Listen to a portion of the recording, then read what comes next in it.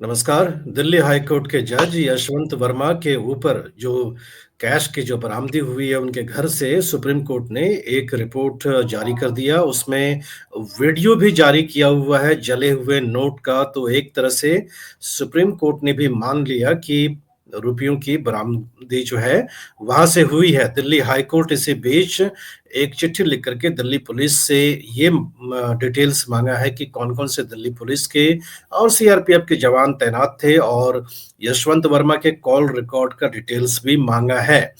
लेकिन आज तक पूरे हिंदुस्तान के इतिहास में एक भी जज भ्रष्टाचार के मामले में कभी गिरफ्तार हुआ नहीं है, ना ही उन्हें इम्पीच किया गया है पार्लियामेंट में।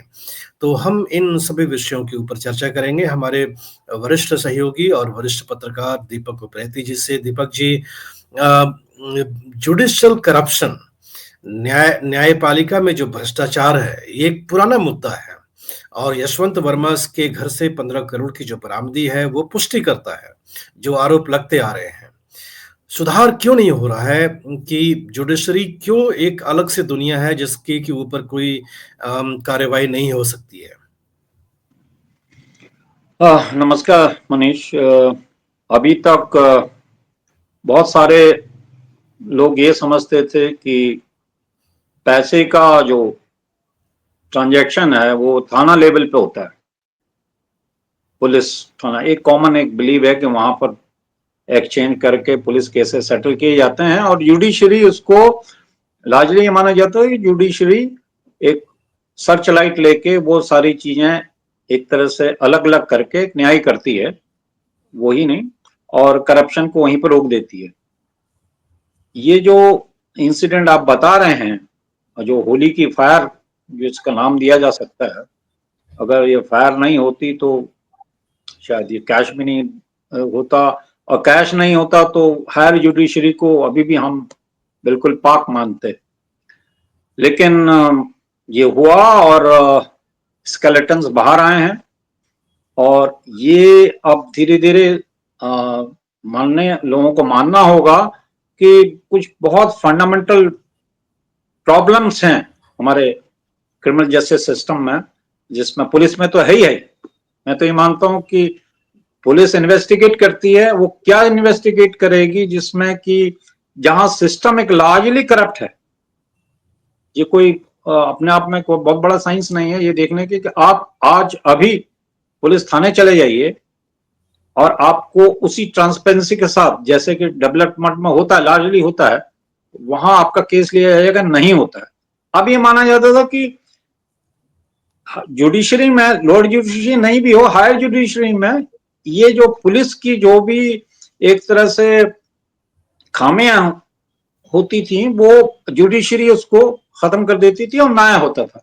लेकिन अब ये जो अभी इंसिडेंट हुआ है जिसने पब्लिक कर दिया, ये पहले भी होता होगा और हुआ है, पुराने भी केसेस हैं यहाँ की करप्शन पे जजेस को फॉलोअप किया है, लेकिन यहाँ पर एक बहुत ही एक जैसे कहना चाहिए कि शॉकिंग, जैसे कि इतना बड़ा कैश का खजाना यहाँ मिला है, उसके बाद अब ये बात पब्लिक व्यू में आ गई कि जुडिशियल करप्शन जो है एक बहुत बड़ा रोड़ा है, जिससे कि जो कि समाज को न्याय दिलाने की बात तो छोड़िए, ये तो अपनी जेब भर रहे हैं। तो अब जी, इसकी बिल्कुल। डीपर इस पे इंक्वायरी होनी चाहिए, लेकिन वो इंक्वायरी कौन करेगा? Who will bell the cat? जी, बिल्कुल, who will bell the cat, वही क्वेश्चन है कि जुडिशरी को अकाउंटेबल कैसे बनाया जाए। ये जो परंपरा है कि जुडिशरी के ऊपर कोई सवाल करे तो जुडिशरी को ऐसा लगता है मानो कि लोगों के मन में जुडिशरी के बारे में जो सम्मान है वो कम हो जाएगा और इसी बात का बहाना लेकर के जुडिशरी किसी भी बाहरी इकाई के द्वारा दखलंदाजी बर्दाश्त नहीं करता है जुडिशरी अपने कामकाज में। सौमित्रा सेन का राज्यसभा में इम्पीचमेंट प्रोसीडिंग हुआ था दीपक जी 2011 में, काफी लंबा चला था।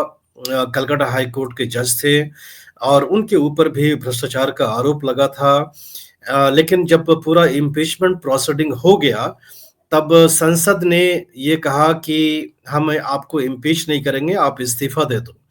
तो आज तक कोई भी जज ना तो इम्पीच हुआ है, ना ही भ्रष्टाचार के आरोप में गिरफ्तार हुआ है। इनको ये जो इम्यूनिटी जिसे हम कहते हैं, करप्शन से इम्यूनिटी, ये कोई भी कुछ भी कर ले, इनको एक इम्यूनिटी प्राप्त है। ये तो रूल ऑफ लॉ के अगेंस्ट है दीपक जी, ये कौन-सा रूल ऑफ लॉ है? इक्वलिटी बिफोर लॉ जो कि एक बेसिक प्रिंसिपल है, उसको तो ना राजनीतिज्ञों, पॉलिटिशियंस, एमपीज, एमएलएस या जुडिशरी इन पे या ये भी कहा जाए कि जो कि एक इन्फ्लुएंशियल लोग हैं, उन पे तो अप्लाई होता ही नहीं।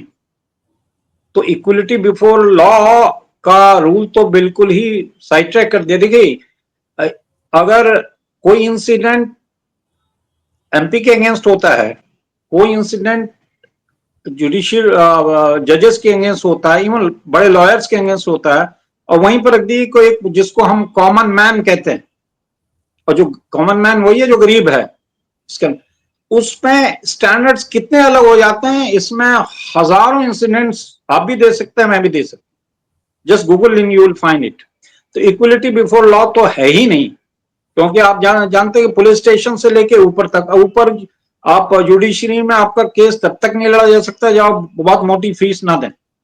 और वहां आपको मालूम है कि बड़े बड़े जो वकील हैं वो 10 लाख 20 लाख 5-5 मिनट के लेते हैं। ये कौन सी इक्वलिटी है? और वैसे ही लॉ अपने आप में बहुत कॉम्प्लिकेटेड बनाया हुआ है, अंग्रेजों के समय से चल रहा है। वो एक हिंदुस्तान की जैसी गरीब और ज्यादातर जो जहां अभी भी सब पूरी तरह साक्षरता नहीं, और साक्षरता हो भी, हमारे आप जैसे लोग वहां जाएंगे पूरी तरह से फंस जाएंगे अगर आपका कोई एक लॉ जानने वाला ना हो। तो ऐसा जस्टिस सिस्टम जहां पुलिस अपने आप में हैंडमेडन टू पॉलिटिशियन है, और जुडिशरी अब जैसे इंस्टेंसेस आ रहे हैं अपने आप में कोर्ट एंड कोर्ट कॉम्प्रोमाइज है, वो जस्टिस का डिलीवरी कैसे करेगी बताइए आप?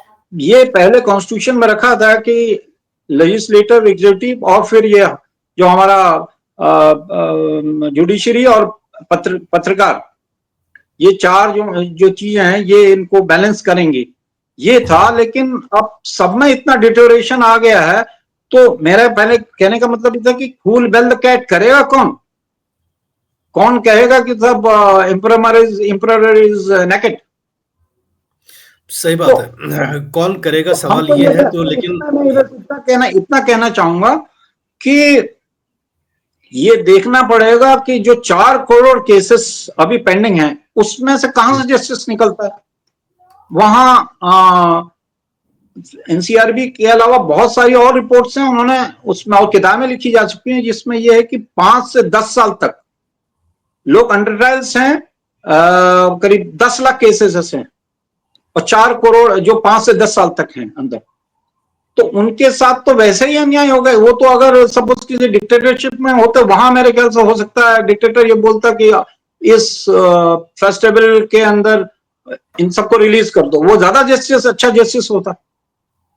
इन a democratic setup how can we say कि 4 करोड़ केसेस पेंडिंग हैं, उसमें 5 से 10 साल तक 10 लाख लोग जो हैं अंडर ट्रायल सभी, जिन्होंने अपनी सजा भी कंप्लीट कर दी है, उनको आप नहीं छोड़ रहे।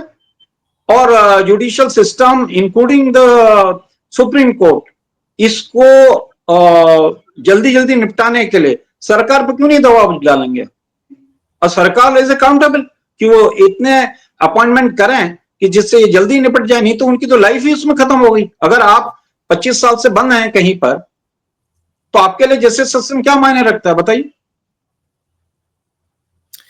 बड़ी बात है। क्यों दीपक जी ने जो बात कही है कि करोड़ों की संख्या में लोग जेल में पड़े हुए हैं और अंडर ट्रायल हैं, उनके ऊपर कोई कार्रवाई नहीं हुई, सजा मिला भी नहीं है, लेकिन पूरी जिंदगी खपा देते हैं जेल के अंदर, क्योंकि न्यायपालिका में जो है न्याय देने की जो प्रक्रिया है वो कहीं न कहीं उनकी जो रफ्तार है वो बैलगाड़ी से भी धीमी रफ्तार है, ऐसा हम मान सकते हैं। आर्टिकल 14 जो इक्वालिटी बिफोर लॉ का जिक्र किया दीपक जी, वो सभी नागरिक, संविधान कहता है कि बराबर हैं, कोई भेदभाव नहीं हो सकता है, लेकिन ऐसा लगता है कि एक क्लास ऑफ सिटीजन जो है वो ज़्यादा सुपीरियर है, जिनके ऊपर कानून लागू नहीं होता है, और एक क्लास ऑफ सिटीजन ऐसा है जिन्हें भेड़-बकरी की तरह ट्रीट किया जाता है, उनकी ज़िंदगी कोई कोई परवाह नहीं होती है। दीपक जी, डेमोक्रेसी में हम उम्मीद तो करेंगे ना संसद से, जहाँ की हम चुने हुए लोगों को भेजते हैं कि जो डेमोक्रेसी के जो मूल भाव है कि rule of the people, by the people, of the people and for the people, ये संभव क्यों नहीं हो पाता है? ये सिर्फ किताबों में लिखी हुई बात क्यों रह जाती है? देखिए, स्टेटस को रखने में पॉलिटिशियन का उतना ही इंटरेस्ट है जितना करप्ट जुडिशरी या लॉयर्स का है, और पत्रकार भी इसमें शामिल हो गए हैं। इसमें आप कोई छुपाने वाली कोई बात नहीं है। हमारा वहाँ एक तरह से जो आप देखते हैं कि जर्नलिज्म का काम होता है कि इन चीजों को उभारे ही नहीं, इन बारे में डिस्कशन भी किया जाए। तो कई जजेस बहुत अच्छे हैं, बहुत कैलिबर के हैं, उन्होंने बहुत अच्छा जजमेंट दिया, लेकिन लार्जली जो एक सिस्टम है उसमें जस्टिस जो है, जो बहुत सरल तरीके से जो फैसिलिटेट हो जाना चाहिए था, वो नहीं है। क्योंकि इसमें एक बहुत बड़ा वर्ग जो है, एक तरह से जो लॉयर्स का क्लिक है, जो एलीट लॉयर्स हैं, वो भी सिस्टम को सिंप्लीफाई नहीं होने देना चाहते।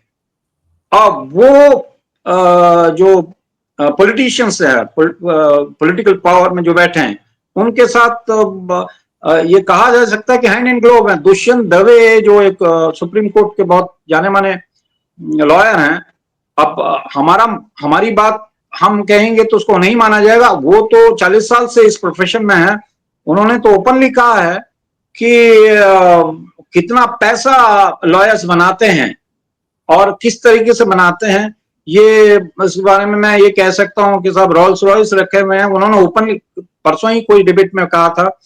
और जो उनकी अनअकाउंटेड मनी है, जो कि इसी प्रोफेशन से आती है, उसको उसके बारे में बयान करना शुरू किया जाए तो पूरी काफी काफी परसेंटेज ऑफ जुडिशरी जो है वो एक तरह से कटघरे में आ जाएगी। तो अब इन सारी चीजों में बात कौन करेगा?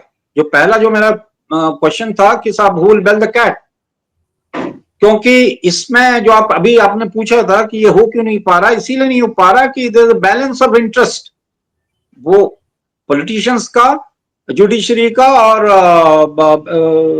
मतलब एग्जीक्यूटिव जुडिशरी, और जो हमारा फोर्थ स्टेट है पत्रकारिता का। जब तक इसमें कोई एक इसको क्वेश्चन नहीं किया जाए, पहले तो क्वेश्चन करना जरूरी है।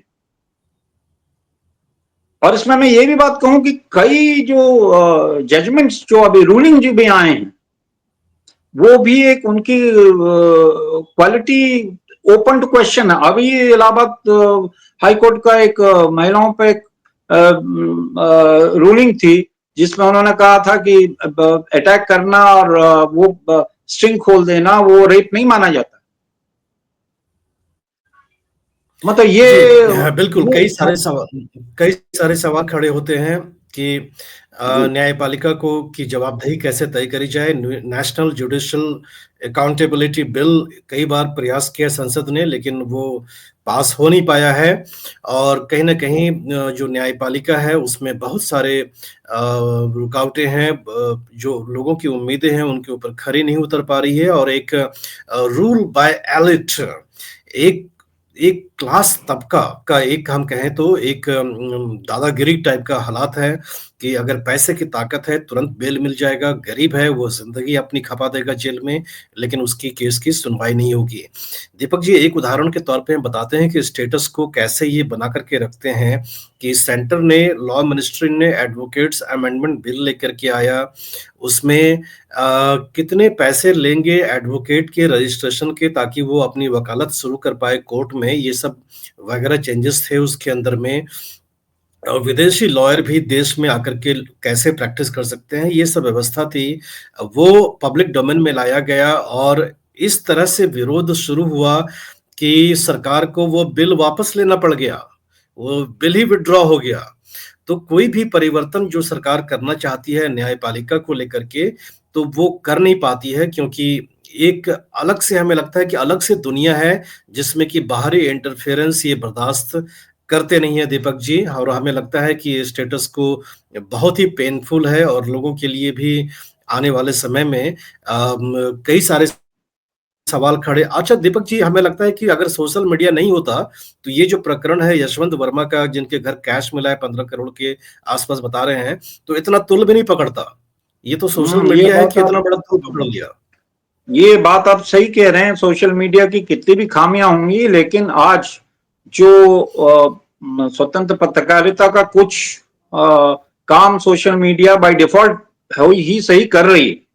क्योंकि वाकई अगर ये अब तो सोशल मीडिया में सारी जगह ये डिस्कशन हो रहा है, और बिना किसी डर के, जो एक कंटेम्प्ट ऑफ कोर्ट का जो एक डर जो हर समय दिखा के रखते हैं, मतलब कंटेम्प्ट तो इस चीज का होना चाहिए कि भी 4 करोड़, टाइम्स ऑफ इंडिया के अनुसार 6 करोड़ केसेस हैं जो अभी अंडर ट्रायल। कंटेम्प्ट तो ये तो मेरे ख्याल से जुडिशियल प्रोसेस का होना चाहिए, या जो एग्जीक्यूटिव है उससे पूछना चाहिए कि वो क्यों नहीं अपॉइंट करते हैं, क्यों इतने जजेस की ये क्लियर हो। 30-30 साल केसेस लगते हैं, ये जुडिशियल क्या सिस्टम है? इससे अच्छा तो जहांगीर का सिस्टम ठीक है, बेल बजाया और या तो सर कलम कर दो या जस्टिस मिल जाए। 30-30 साल, और ऐसे ऐसे केसेस हैं जिसमें कि किसी ने 50 पैसे का टिकट नहीं लिया था बस में, वो मरने को हो गया, ऑलमोस्ट मर भी गया, डेथ बेड पे है, तब जाके 30 साल बाद उसका डिसीजन हो रहे हैं। जनरेशन खप गई। तो ऐसा जुडिशियल सिस्टम क्या 1947 के बाद हमने इसकी कल्पना की थी? और जुडिशियल सिस्टम क्या, पुलिस सिस्टम देखिए। मैं आपको एक केस बताता हूँ, चावला गैंग रेप केस का। उसमें एक उत्तराखंड जो भी थी, उनका एक बहुत ही ब्रूटली, वो इतना ब्रूटल था, उसको अभी तक सामने है। ये जस्टिस चंद्रचूड़ के समय इसमें सुप्रीम कोर्ट ने एक बार देखा, उसके बाद उन्होंने सबको बरी कर दिया। बरी करने समय एक उसमें जो उस पैनल में एक और जस्टिस थे, उन्होंने कहा था कि हमको मालूम है कि ये हुआ है, लेकिन नीचे के लेवल पे एक तो लोअर कोर्ट ने कई चीजों का संज्ञान नहीं लिया, और जो पुलिस ने जो है उसका इन्वेस्टिगेशन में बहुत ही लापरवाही या डेलिबरेटली उसको ठीक से इन्वेस्टिगेट नहीं किया। अब मेरा पूछना है कि अगर सुप्रीम कोर्ट इसका संज्ञान इस तरह से लिया है, तो उन्होंने नीचे के लेवल पे अकाउंटेबिलिटी क्यों नहीं फिक्स की? कौन करेगा फिक्स, और क्यों नहीं करेंगे? ये एक केस नहीं है।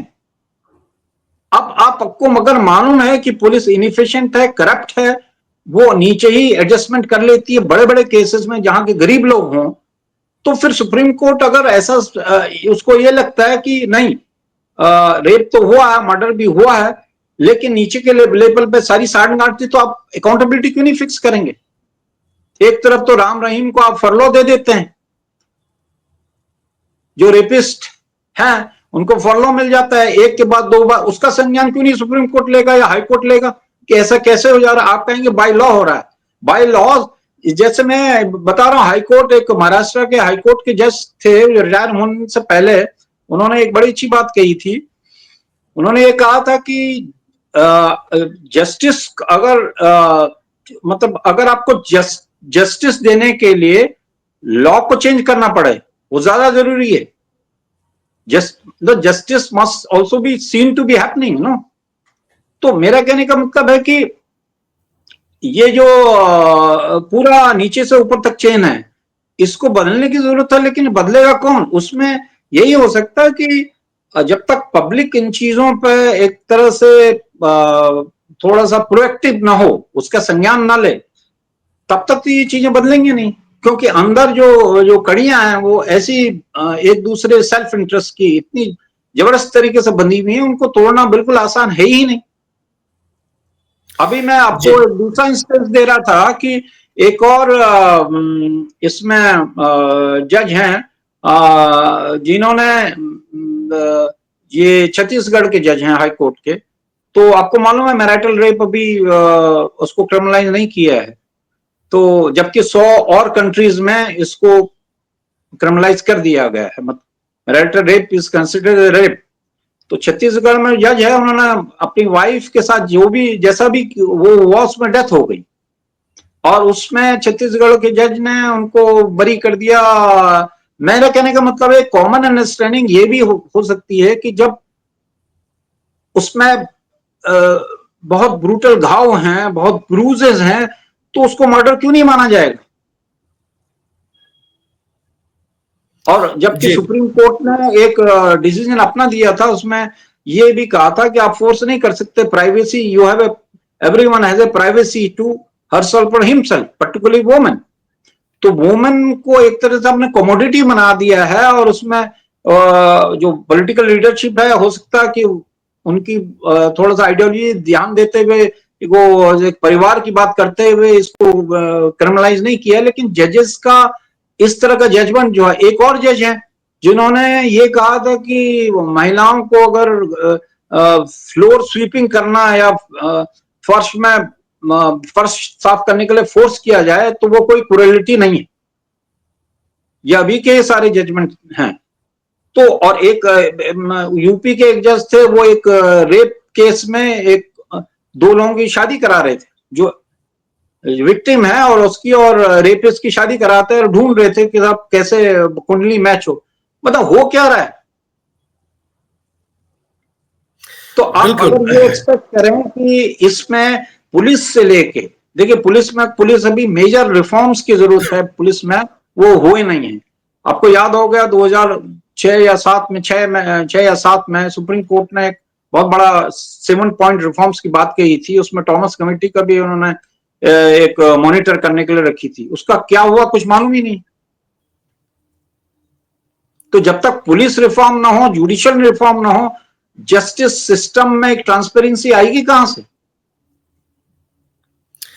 सही बात है कि रिफॉर्म की हम उम्मीद करते हैं, पुलिस में भी रिफॉर्म हो, जुडिशरी में भी रिफॉर्म हो, डेमोक्रेसी के जो सही मायने में जो ऑब्जेक्टिव्स हैं वो पूरे हों, लोगों की आकांक्षाओं के ऊपर खरे उतरें जो हमारे संस्थाएं हैं, और इस तरह के जो भ्रष्टाचार की जो आरोप लग रहे हैं और जो उसके साक्ष्य आ रहे हैं सामने, वो काफी शर्मिंदगी करती है सिस्टम को। और ये एक मौका है सुप्रीम कोर्ट के लिए कि अंदर की सफाई, जो उनके अंदर दीमक जो लगी है न्यायपालिका में, उसे साफ कर दें, जल्दी कर दें, और लेकिन लोगों की। मनीष जी, एक बात मैं इसमें ये कहूंगा कि इसमें जो हमारी ये काफी विशेष हैं कि ऐसा हो, ये ऐसा होगा नहीं जब तक कि पब्लिक प्रेशर नहीं होगा, पब्लिक इसका संज्ञान ना ले। और पब्लिक इसका संज्ञान कैसे लेगी या लेगी भी नहीं लेगी, ये कहना बड़ा मुश्किल है, क्योंकि सिस्टम अपने आप इंट्रोस्पेक्शन करके नहीं चेंज होता। उसमें बहुत बड़े बड़े एक तरह के वेस्टर्न इंटरेस्ट हैं जो लगे हुए हैं, वो उनको वो एक रोड ब्लॉक बने हैं और बने रहेंगे, जबकि एक पब्लिक आउटक्राई नहीं होगा। तो जी। पहले पहले ये कि इस इशू पर डिबेट शुरू हो गई है, ये अपने आप में बात है, लेकिन ये डाई डाउन ना हो, ये एक तरह से स्नोबॉलिंग इफेक्ट इसमें हो, तो तब जाके कुछ चेंजेस जरूर होंगे। अगर बहुत बड़े चेंजेस ना भी आए तो well begun is half done कहते हैं, जी, उस तरह का एटीट्यूड हमको लेकिन रखना। दीपक जी, हम ज़्यादा ऑप्टिमिस्ट नहीं होंगे, क्योंकि आजकल का जो माहौल है वहाँ पर शॉर्ट टर्म मेमोरी वाला हाल है। कुछ समय जी अंतराल के बाद लोग घटनाओं को भूल जाते हैं। सौमित्रा सेन का केस 2011 किसी को याद भी नहीं होगा, और ऐसे केस आते हैं, कुछ समय हंगामा होता है, लोग भूल जाते हैं, और वही जो प्रक्रिया है वही चलती रहती है। हम जो सिस्टम की बात कर रहे हैं कि ये जो यशवंत वर्मा हैं, इनके अगेंस्ट वो अभी पेपर्स में ही आया है कि सीबीआई का केस था, उसके बाद भी अपॉइंटमेंट हुआ है शुगर मिल केस जी, में। तो जी, आप जी, समझ सकते हैं कि बिल्कुल, कितना बड़ा बिल्कुल। गलत सिस्टम हमारा है। बिल्कुल, बिल्कुल। और सबसे बड़ा अभी सवाल जो है सुप्रीम कोर्ट के ऊपर ही है, और सुप्रीम कोर्ट को अपनी विश्वसनीयता निकालनी पड़ेगी, खोजनी पड़ेगी और स्थापित करनी पड़ेगी। ज़्यादा डिस्कशन हम और लंबा नहीं करना चाहते हैं, काफ़ी लंबा हो चुका है। दीपक जी, आपका हमसे इस विषय पर बात करने के लिए बहुत-बहुत धन्यवाद, और हम उम्मीद करते हैं दर्शकों से कि अपनी भी राय जो भी है आप लिख कर के हमें बताएँ, सभी जगह लिखें, और ऊँची आवाज़ में अपनी आपको भी साझा करें इस डिबेट के ऊपर। धन्यवाद दीपक जी।